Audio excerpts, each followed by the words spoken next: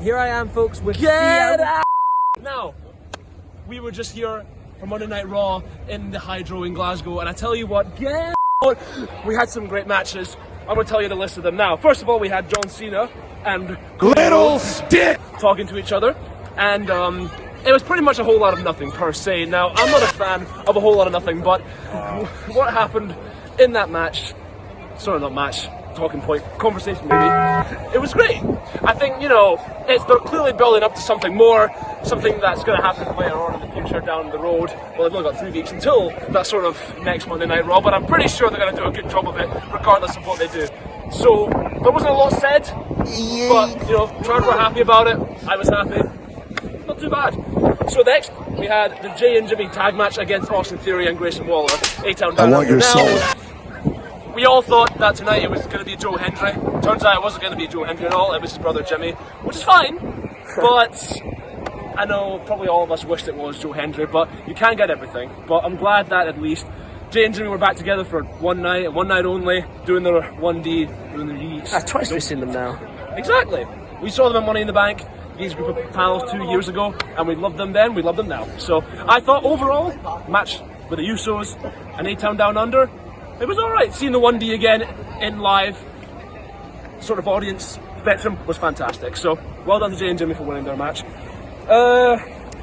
Raquel and Lyra for the Intercontinental Women's Championship. Now, obviously Lyra, very popular in NXT when she came up, she's just as popular. Raquel Rodriguez, sort of popular, I don't know. I mean, she does the sort of Tijuana Bomb, is that what it's called? How do you pronounce it? Tijuana Bomb. Thank you. So, she didn't hit that, but Lyra did manage to get the win over keeper Intercontinental Championship. Liv Morgan, of course, tried to interfere, but she was unsuccessful. And Lyra was obviously just as good as she's always been. A great player in the WWE game, and I'm glad that hopefully we can see her again at some point defending her championship. Maybe at some point we'll see someone else challenge her. Chelsea Green? I love it. That's what I'm saying. And then we had Dragon Lee versus El Grande Americano. Pretty good. Match of the night for me. I said it. Match of the night. Match of the night. Match of the night. El Grande versus Dragon Lee was amazing. 3 spots where we thought, they were dead! But they came back from the dead and they put on a fantastic match. Overall, great match. El Grande America, obviously Mark Henry, but he pulled off a great thing there, doing his high spots and whatnot. He's just as good as he was in 1993. Yeah, it was absolutely fantastic. I have nothing really more to say at this. We've only got a bit of time, so I'm just trying to wrap everything up in a nice little bow. But yeah, El Grande versus Dragon Lee, smashing stuff. Loved it. Then we had Braun versus Penta in the main event. Now, I am a big Penta fan, and I'm also a very big Braun Breaker fan. Braun Breaker, of course, is top 5 for me right now in all of the wrestlers in WWE. He is absolutely brilliant. I love him to pieces. And of course you've got Penta as well, who's very popular with the fans right now because he's got everything. He's got athleticism, he's he's not too big of a guy, so he's got that for him. He's got the mask as well, luchador, everyone loves a luchador. He's just absolutely fantastic. Everything he does is sublime. The match, however, Judgment Day ruined it, and it was just a whole other thing. It was just a mess.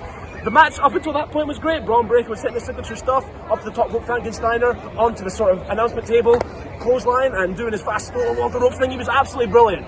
But it's just a shame that the match ended so abruptly because of Judgment Day interference, because Penta is maybe going to join the Judgment Day or maybe not join the Judgment Day.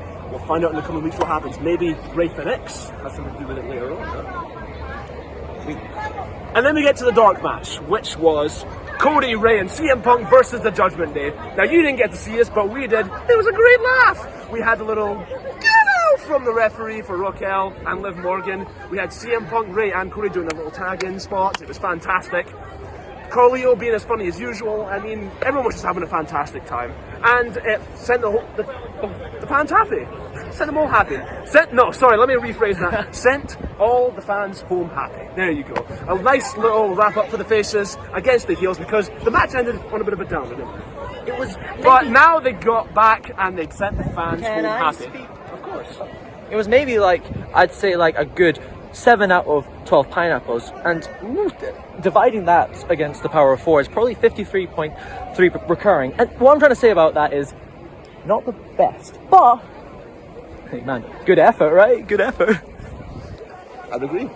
But that pretty much wraps up the review of Monday Night Raw in Glasgow. Won't stop recording so we can do the natural properly. So here's the natural properly. Goodbye, bye, bye, bye. Love you.